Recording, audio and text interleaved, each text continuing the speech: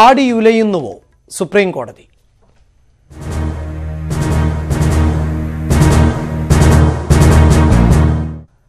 Supreme കോടതിയിലെ അസാധാരണ സംഭവങ്ങൾക്കാണ് ഇന്ന് രാജ്യം സാക്ഷ്യം വഹിച്ചത്.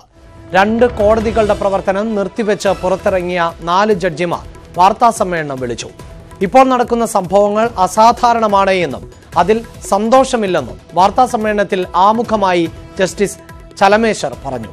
ജസ്റ്റിസ് ലോയുടെ മരണവുമായി ബന്ധപ്പെട്ടുള്ള കേസിൽ തങ്ങൾക്ക് പ്രതിഷേധമുണ്ട് എന്നും ജഡ്ജിമാർ പറഞ്ഞു.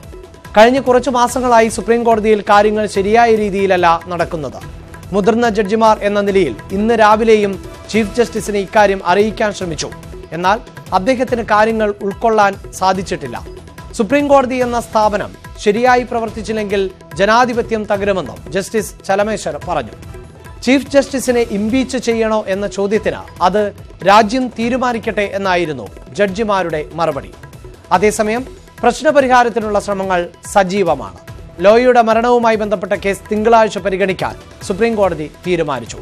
പ്രശ്നപരിഹാരത്തിനായി ഇടപെടുമെന്ന് സുപ്രീം കോടതി ബാർ അസോസിയേഷനും വ്യക്തമാക്കി. The last few months, time and again, as senior members of the court, and goes without saying that we are the senior most judges of the country also by virtue of age and our office today, senior judges, we thought we owed a responsibility to the institution, to the nation. We tried to collectively persuade the Chief Justice that certain things are not in order, therefore he should take remedial measures. Unfortunately, our efforts failed. And my dear friends, we are all, 4 of us are convinced that unless this institution is preserved and it maintains its equanimity, the democracy will not survive in this country or any country. Since all our efforts failed, even this morning on a particular issue, 4 of us went and met the Honorable the Chief Justice of India with a specific request, which we could not unfortunately convince him that we were right and the appropriate decision is to be taken. We couldn't convince him. Therefore, we were left with no choice except to communicate it to the nation that please take care of the institution and take care of the nation, because we have heard a lot of wise men talking in this country earlier.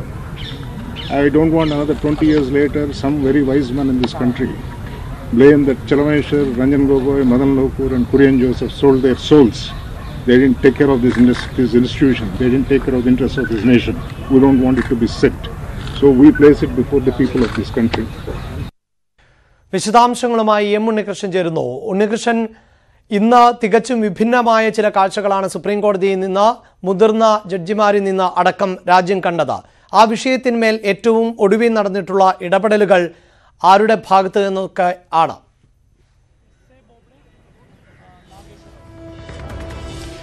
Abhilash, Indian ജുഡീഷ്യറിയിലെ തന്നെ ഏറ്റവും വലിയ പ്രതിസന്ധിയിലൂടെയാണ് supreme കോടതി കടന്നു പോകുന്നത്.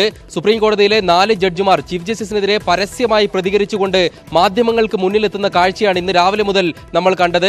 അതുകൊണ്ട് തന്നെ ഈ ഒരു പ്രശ്നം ഉണ്ടായിക്കഴിഞ്ഞിരിക്കുന്നു. അതിനെ എങ്ങനെ പരിഹരിക്കാമെന്ന രീതിയിലേക്കുള്ള ചർച്ചകൾ തന്നെയാണ് ഇപ്പോൾ നടക്കുന്നത്. പക്ഷേ പ്രശ്ന പരിഹാരം അത്ര എളുപ്പമാകില്ല എന്നതാണ് ശ്രദ്ധേയമായ കാര്യം. കാരണം സുപ്രീം കോടതി ചീഫ് ജസ്റ്റിസ് ദീപക് മിശ്രയ്ക്കെതിരെ 4 മുതിർന്ന ജഡ്ജിമാർ ഉന്നയിച്ചിരിക്കുന്ന ആരോപണങ്ങൾക്ക് അത്രമാത്രം ഗൗരവമുണ്ട്.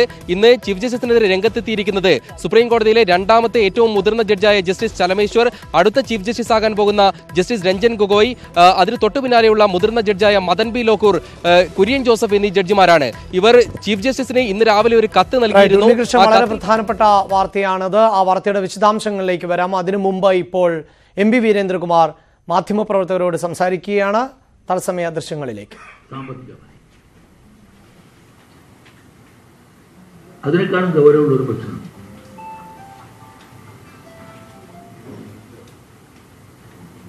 നമ്മുടെ എല്ലാവരുടെയും സ്വകാര്യ ജീവിതം നഷ്ടപ്പെട്ടിരിക്കുന്നതാണ്. സംഘ് പരിവാർ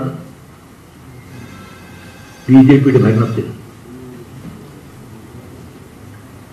മോദിയാണ് പ്രധാനമന്ത്രിയെങ്കിലും നമ്മുടെ കാര്യങ്ങളൊക്കെ തീരുമാനിക്കുന്നത് അദാനിയും മുബാനിയുമാണ്.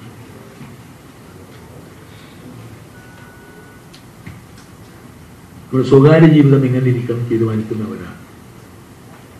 ഞാൻ അതിൻ്റെ വിശദവിവരങ്ങളിലേക്ക് പോകുന്നില്ല.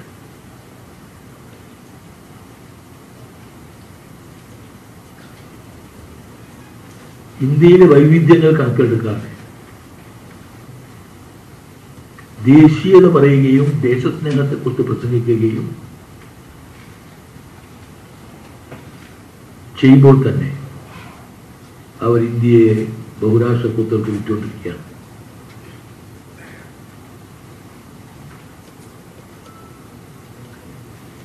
ഈ അവസരത്തിൽ ഇടതുപക്ഷ പ്രസ്ഥാനങ്ങൾ, മതേതര പ്രസ്ഥാനങ്ങൾ, ജനാധിപത്യത്തിൽ വിശ്വസിക്കുന്ന കക്ഷികൾ, ഇങ്ങനെ സോഷ്യലിസ്റ്റുകളും കമ്മ്യൂണിസ്റ്റുകളും ഇതിൽ വിശ്വസിക്കുന്ന മറ്റ് പ്രസ്ഥാനങ്ങളൊക്കെ ഈ പ്രവണതയ്ക്കെതിരായി പൊരുതേണ്ടതായിട്ടുണ്ട്. ആ പോരാട്ടം ശക്തമാകണമെന്നുണ്ടെങ്കിൽ ഞങ്ങളുടെ നിഗമനത്തിൽ കമ്മ്യൂണിസ്റ്റുകാരും സോഷ്യലിസ്റ്റുകാരും ഇടതുപക്ഷക്കാരും എല്ലാം സമമായിട്ട് ഞങ്ങളെ സംബന്ധിച്ചിടത്തോളം ഇടതുപക്ഷ മുന്നണി എന്ന് പറയുന്നത് അറിയാത്തൊരു മുന്നണിയല്ല. 40 വർഷത്തോളം ആ മുന്നണി ഉണ്ടായിരുന്നു. 7 വർഷം അതിനിടയിൽ ചില ഘട്ടങ്ങൾ കൂട്ടുകേണ്ടി വന്നിട്ടുണ്ട്.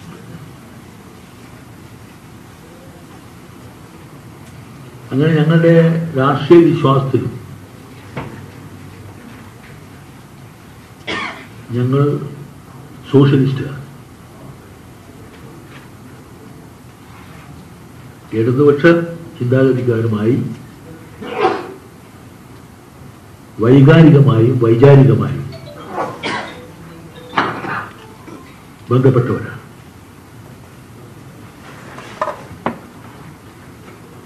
കേരളത്തിലെ മുഖ്യമന്ത്രി പിണറായി വിജയനാണ്. ആ നിലയിൽ തന്നെ കാണുന്നു.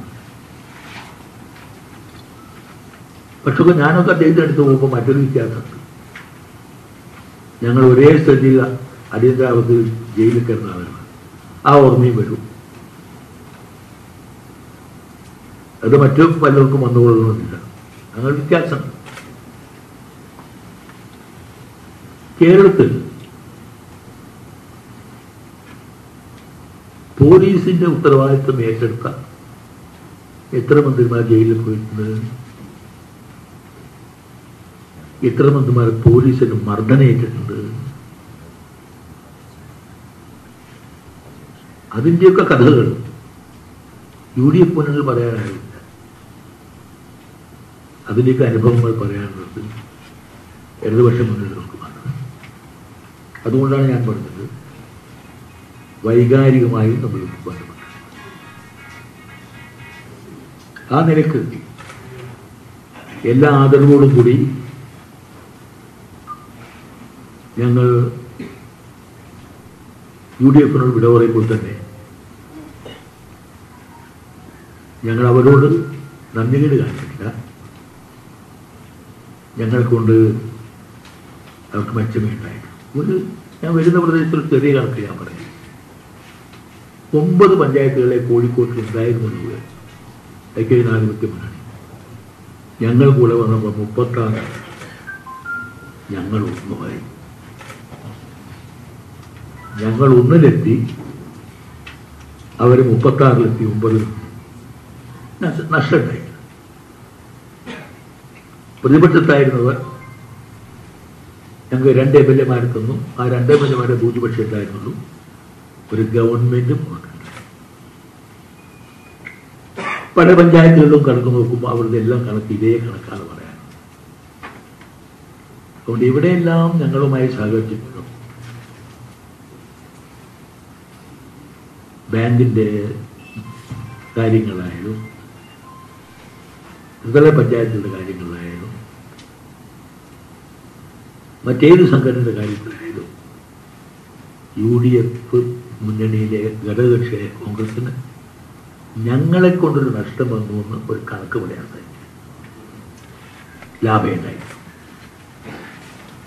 ഞങ്ങൾക്ക് നഷ്ടം ഉണ്ടായിട്ടു. അതിൻ്റെ ഒന്നും ഒരു ഖേദപ്രകടനം ആവശ്യമില്ല. രാഷ്ട്രീയത്തിൽ അതൊക്കെ സംഭവിക്കും. ഞങ്ങളെങ്ങനെ കാണുന്നുണ്ട്? ഞങ്ങളോട് നല്ല രീതിയിലാണ് അവരൊക്കെ പെരുമാറിയിട്ടുള്ളത്. അതൊക്കെ ഞാൻ നന്ദി പറഞ്ഞു പാർട്ടിക്ക് വേണ്ടി. പക്ഷേ അവസാനമായി രാഷ്ട്രീയ കക്ഷികൾ രാഷ്ട്രീയ തീരുമാനമെടുക്കും. ഞങ്ങളെ സംബന്ധിച്ചിടത്തോളം ഒറ്റക്കെട്ടായി പാർട്ടിയിലെ 14 ജില്ലാ പ്രസിഡന്റുമാർ, പാർട്ടിയുടെ സെക്രട്ടേറിയറ്റ്, സംസ്ഥാന കമ്മിറ്റി, കൗൺസിൽ അഭിപ്രായങ്ങളൊക്കെ പറഞ്ഞിട്ടുണ്ടാവും. പക്ഷെ തീരുമാനത്തിലെത്തുന്നത് ഐക്യകണ്ഠിക്കുകയാണ്. അതിലും സന്തോഷിച്ചു.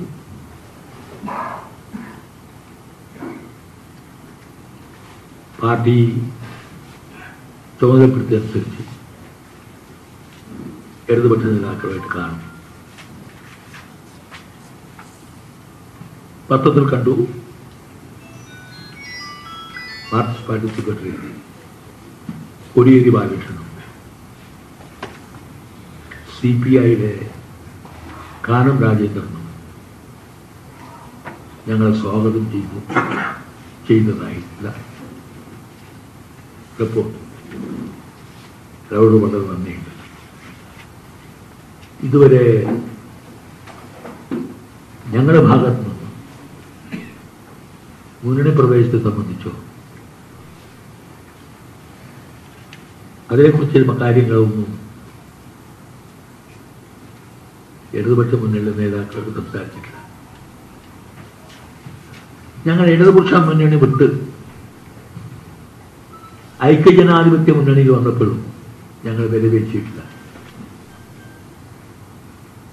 ഞങ്ങൾ നിരുപാധികമാണ് അന്ന് ഐക്യജനാധിപത്യ മുന്നണിയിൽ പോയത്.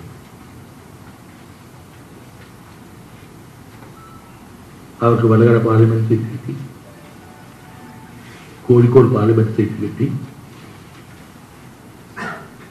ഞങ്ങൾക്ക് സമ്പൂജ്യമായ സ്ഥാനം കിട്ടി. അതൊന്നും കിട്ടില്ല.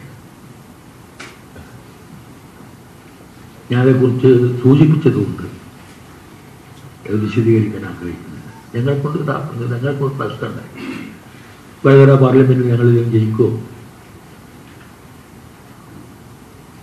കോഴിക്കോട് പാർലമെന്റ് ജയിക്കുമോ? ഞങ്ങൾ വയനാട്ടിൽ എന്തായാലും ജയിച്ചില്ലേ? അങ്ങനെ പല സ്ഥലങ്ങളും.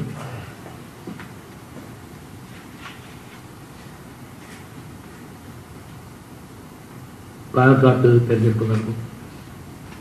2000 വോട്ടിന്റെ വ്യത്യാസത്തിൽ കോൺഗ്രസ് പരാജയപ്പെട്ട സീറ്റ് ഞങ്ങൾക്ക് തന്നപ്പോൾ ആ സീറ്റ് പാലക്കാട്ടുണ്ടായ അനുഭവങ്ങൾ കേരളത്തിൽ ചരിത്രത്തിൽ രേഖപ്പെടുത്തപ്പെട്ടു. കാരണം 2000 വോട്ടിന് തോറ്റ ഐക്യജനാധിപത്യ സ്ഥാനാർത്ഥി മത്സരിച്ച മണ്ഡലത്തിൽ ഞങ്ങൾ 1,00,000 വോട്ടിനാണ് തോറ്റത്. അതെങ്ങനെയാണെന്ന് ഞങ്ങളെ തോൽപ്പിച്ച മാർക്സിസ്റ്റ് നേതാക്കൾക്ക് വരെ അറിയില്ല. അതിന്നും ചരിത്രത്തിൽ രേഖപ്പെടുത്തി.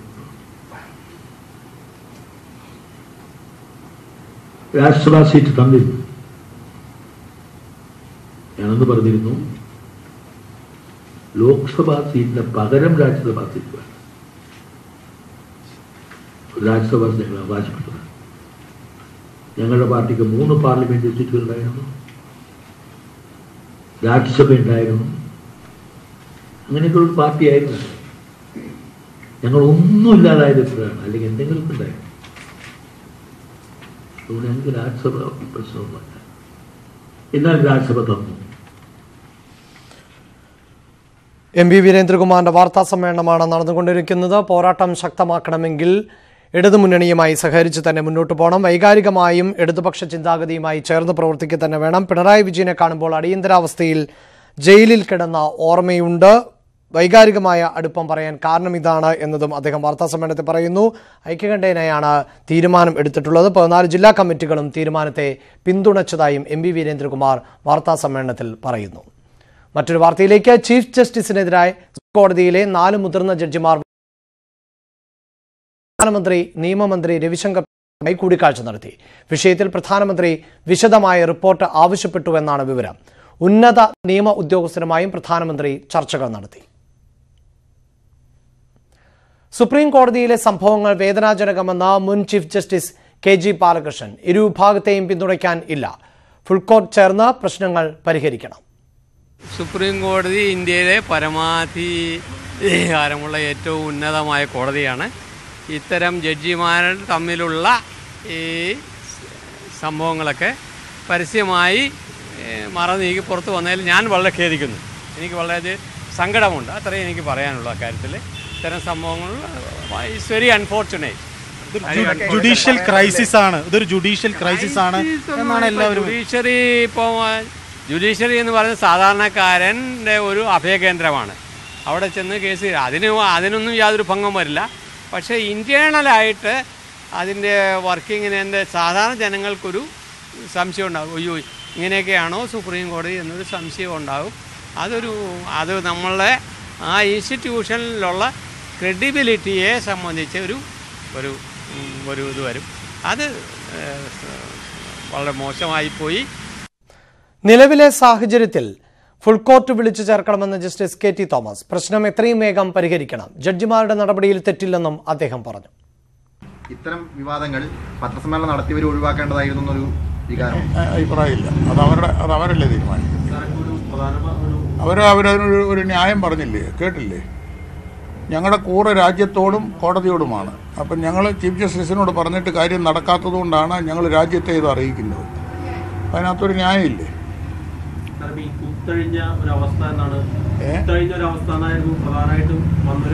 അല്ലല്ല, ഇതൊക്കെ സുപ്രീം കോടതിയുടെ ചരിത്രത്തിൽ എപ്പോഴും അഭിപ്രായ വ്യത്യാസങ്ങൾ ധാരാളം. അഭിപ്രായ ഐക്യമാണ് വളരെ കുറവ്. പ്രതീക്ഷ പകർന്ന് ലോക കേരള സഭ.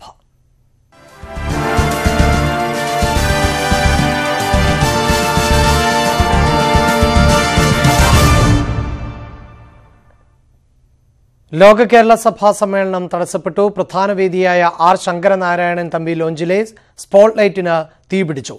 അധികൃതരുടെ സമയോചിതമായ ഇടപെടലിനെ തുടർന്ന് തീ അണച്ചു.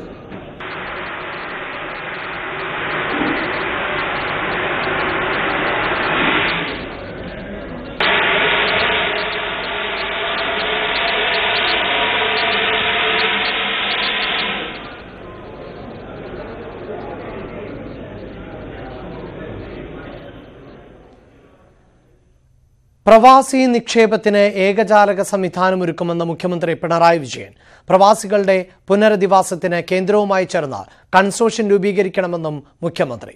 പ്രഥമ ലോക കേരള സഭ മുഖ്യമന്ത്രി ഉദ്ഘാടനം ചെയ്തു. പ്രവാസികളിലൂടെ കേരള വികസനം ലക്ഷ്യമിടുന്ന പ്രഥമ ലോക കേരള സഭയ്ക്ക് ഉജ്ജ്വല തുടക്കം.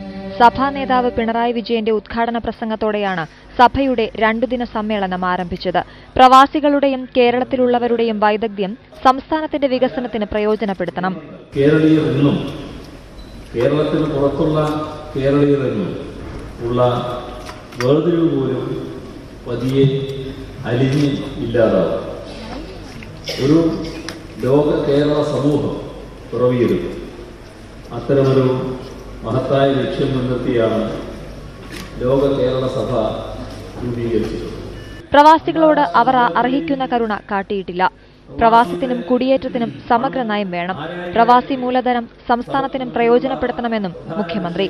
ചിന്നിച്ചിതറിക്കിടക്കുന്ന നിക്ഷേപങ്ങളെ ഒരുമിച്ച് കൂട്ടുന്നതിനും അതിനെ പ്രത്യുൽപാദനപരമായ മേഖലകളിൽ മൂലധനമാക്കി മാറ്റുന്നതിനും വേണ്ടത്ര ശ്രദ്ധ സർക്കാരിൽ നിന്ന് ഉണ്ടായില്ല.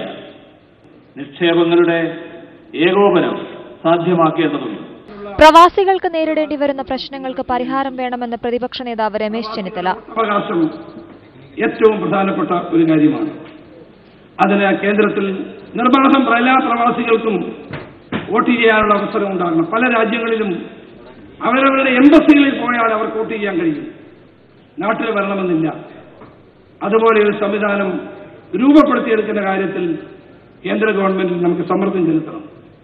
ലോക കേരള സഭയുടെ കരട് രേഖ മുഖ്യമന്ത്രി അവതരിപ്പിച്ചു. പ്രശസ്ത വ്യവസായികളും വിവിധ രംഗങ്ങളിലെ പ്രമുഖരും ഉൾപ്പെടെ 351 പ്രതിനിധികളാണ് ലോക കേരള സഭയിൽ പങ്കെടുക്കുന്നത്.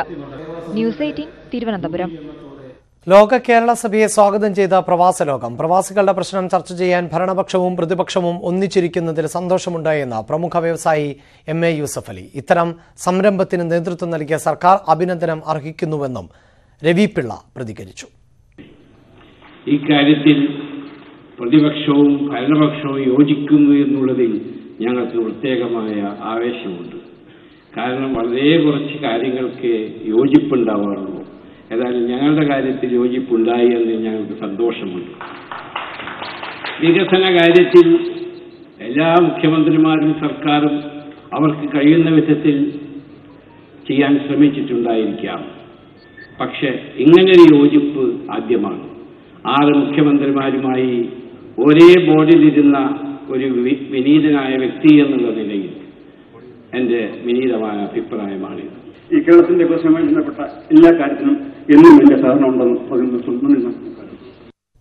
ആലപ്പുഴ തലവടി ചുട്ടുമാലിൽ LP സ്കൂളിലെ ശുചിമുറിയുടെ ഭിത്തി ഇടിഞ്ഞു വീണ് വിദ്യാർത്ഥി മരിച്ചു. 2ാം ക്ലാസ് വിദ്യാർത്ഥി സെബാസ്റ്റ്യൻ ആണ് മരിച്ചത്. 3 വിദ്യാർത്ഥികൾക്ക് പരിക്കേറ്റു. ഇവരെ പരുമലയിലെ സ്വകാര്യ ആശുപത്രിയിൽ പ്രവേശിപ്പിച്ചിരിക്കുകയാണ്. മന്ത്രി KK ശൈലജയ്ക്ക് പിന്നാലെ കണ്ണട വാങ്ങുവാൻ വൻതുക ചെലവഴിച്ച MLA-മാരും. 4 ഭരണപക്ഷ MLA-മാർ കണ്ണട വാങ്ങാൻ സർക്കാർ ഖജനാവിൽ നിന്നും 1.81 ലക്ഷം രൂപ ആണ് ചെലവാക്കിയത്. ഇത് സംബന്ധിച്ച് വിവരാവകാശ രേഖകൾ പുറത്തുവന്നു.